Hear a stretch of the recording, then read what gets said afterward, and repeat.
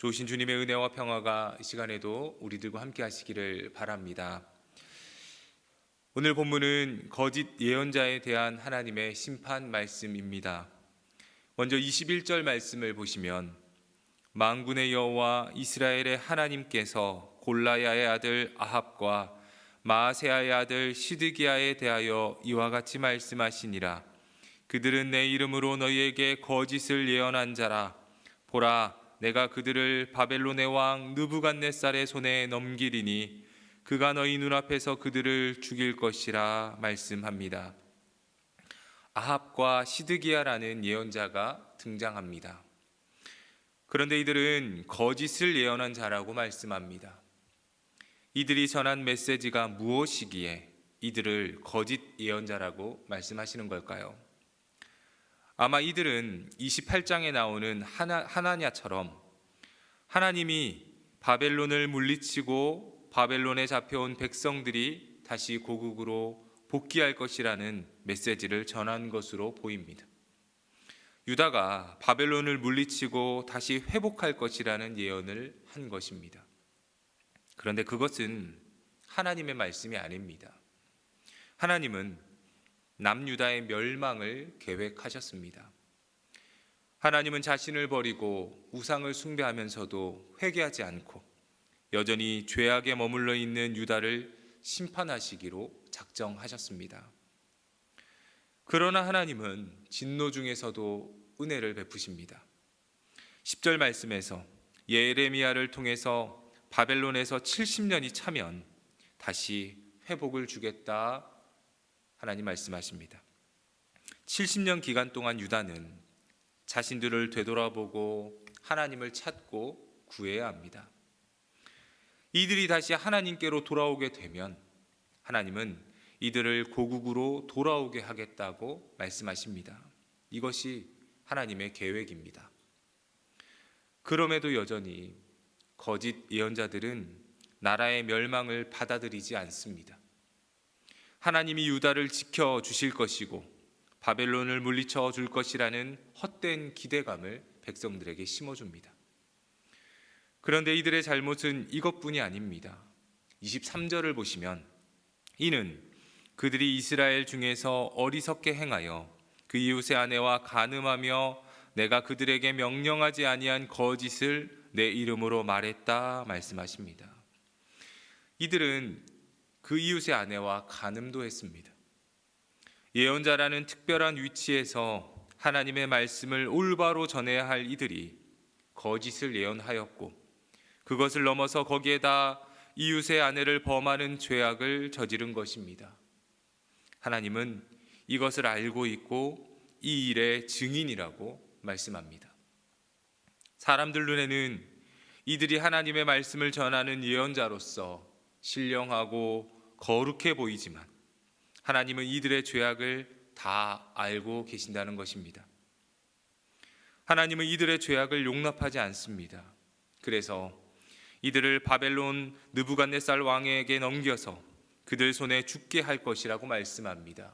그리고 22절 말씀에 바벨론의 포로로 잡혀간 이들 사이에서 너도 하나님의 징벌을 받아서 시드기야와 아합처럼 바벨론 왕에게 화형을 당하라는 저주가 생길 것이라고 말씀합니다. 성도 여러분, 하나님은 우리의 모든 걸 아십니다. 우리가 사람의 눈은 속일 수 있습니다. 그럴듯하게 자신을 포장하여서 사람들에게는 인정받을 수도 있습니다. 그런데 하나님은 이 모든 걸 알고 계시고 모든 일에 증인이 되신다고 말씀합니다. 시편 139편에서 다윗은 고백하기를 여호와여 주께서 나를 살펴보셨으므로 나를 아시나이다. 주께서 내가 앉고 일어섬을 아시고 멀리서도 나의 생각을 밝히 아시오며 나의 모든 길과 내가 눕는 것을 살펴보셨으므로 나의 모든 행위를 익히 아시오니 여호와여 내 혀의 말을 알지 못하시는 것이 하나도 없으시니이다. 다윗은 고백합니다. 하나님은 우리의 앉고 일어섬을 아시고 우리의 생각도 아시고 우리의 말과 모든 행위를 아신다고 말씀합니다. 하나님이 우리의 모든 걸 아신다는 말씀은 성경 곳곳에서도 등장합니다. 역대하 16장 9절 말씀은 여호와의 눈은 온 땅을 두루 감찰하신다 말씀합니다. 잠언 15장 3절 말씀은 여호와의 눈은 어디서든지 악인과 선인을 감찰하신다고 말씀하시고, 잠언 16장 2절에서는 사람의 행위가 자기 보기에는 모두 깨끗하여도 여호와는 심령을 감찰하신다고 말씀합니다.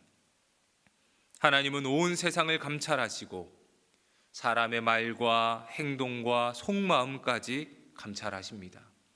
모든 걸 알고 계시는 하나님이라는 말씀입니다. 또한 하나님은 우리의 죄악도 아십니다. 말로 지은 죄, 생각으로 지은 죄, 마음으로 지은 죄까지도 감찰하십니다.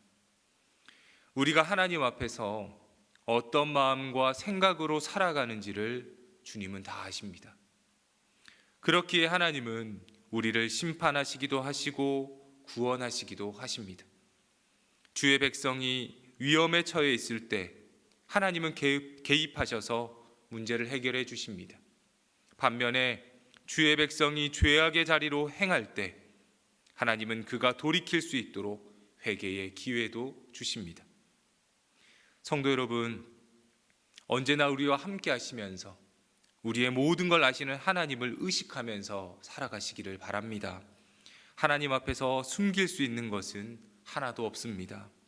모든 걸 아시는 하나님 앞에서 우리가 행해야 될 태도는 정직과 겸손입니다. 우리는 죄에 대해서 정직해야 합니다. 우리의 죄는 감출 수 없고 모른 척한다고 해서 없어지지도 않습니다. 하나님께 나와 회개하고 죄의 문제를 해결받아야만 합니다. 하나님은 죄가 없다고 하는 자에게는 심판하시지만 회개하는 자에게는 긍휼을 베풀어 주십니다. 혹시라도 해결하지 못한 죄의 문제가 있다면 하나님 앞에서 돌이키시고 회개하여서 다시 은혜의 자리로 나오시기를 바랍니다. 우리의 모든 걸 아시는 주님께 정직과 겸손으로 살아가시는 우리 모두가 되시기를 바랍니다. 24절부터는 느엘람 사람 스마야가 스바냐 제사장에게 보낸 편지글입니다. 편지의 내용을 보면 스바냐가 제사장으로서 미친 소리로 예언자 노릇을 하는 자들을 잡아들이는 것이 하나님이 그에게 주신 역할인데 왜 예레미야를 그냥 두는지에 대한 항의의 편지입니다. 예레미야가 바벨론에 잡혀온 사람들에게 편지하기를 그곳에서 정착할 집도 짓고 밭도 일구고 열매도 먹으라고 전했다는 것입니다. 스바냐 제사장은 이 스마야의 항의 편지를 예레미야에게도 보여줍니다. 그리고 그때 하나님의 말씀이 예레미야에게 임합니다. 하나님은 스마야와 그의 자손에 벌을 내리겠다고 말씀하십니다. 그 이유는 하나님이 그를 보내지도 않았는데 스마야는 하나님이 자신을 보낸 것처럼 거짓 예언을 하였고 또 백성들을 혼란스럽게 만들었다는 이유입니다. 그래서 그와 그의 자손은 하나님이 백성에게 내릴 복된 일을 보지 못할 것이라고 주님은 말씀합니다. 성도 여러분, 하나님은 거짓에 대해서 철저히 심판하십니다. 하나님은 그들이 하나님의 복된 일을 보지 못한다고 말씀합니다. 하나님은 유다의 회복에 대해서 계획하십니다. 유다 백성에게는 70년의 기다림이 필요합니다.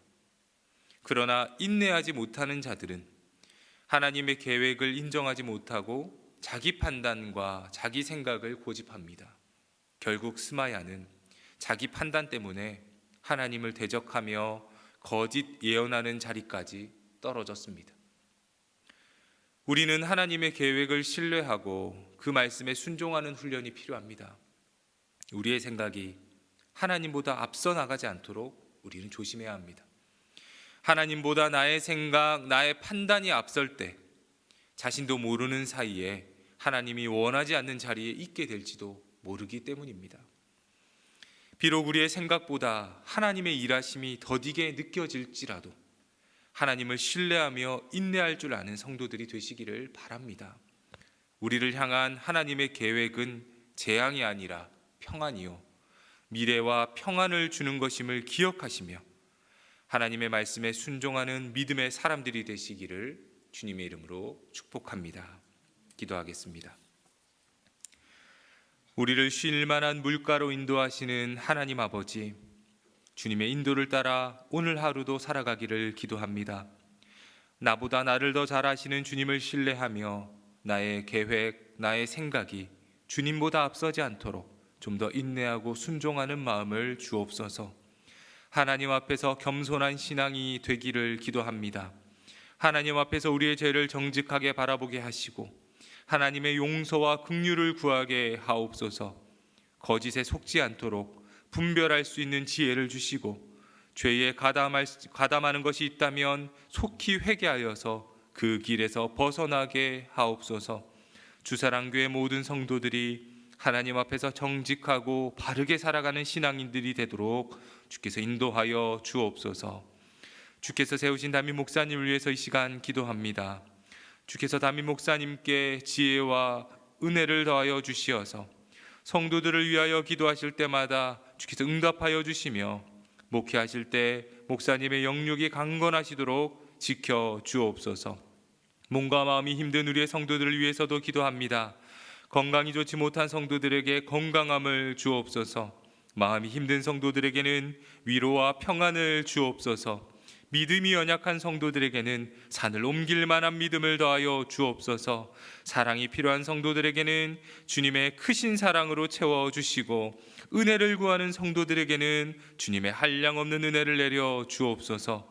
경제적으로 어려운 성도들에게 길을 열어주시어서 물질로 인하여 시험 들지 않도록 주께서 도와주옵소서. 주사랑교회 모든 성도들이 오늘 하루도 주님과 동행하며 살아가게 하옵소서. 우리의 구원자 되시는 예수 그리스도 이름으로 기도합니다. 아멘.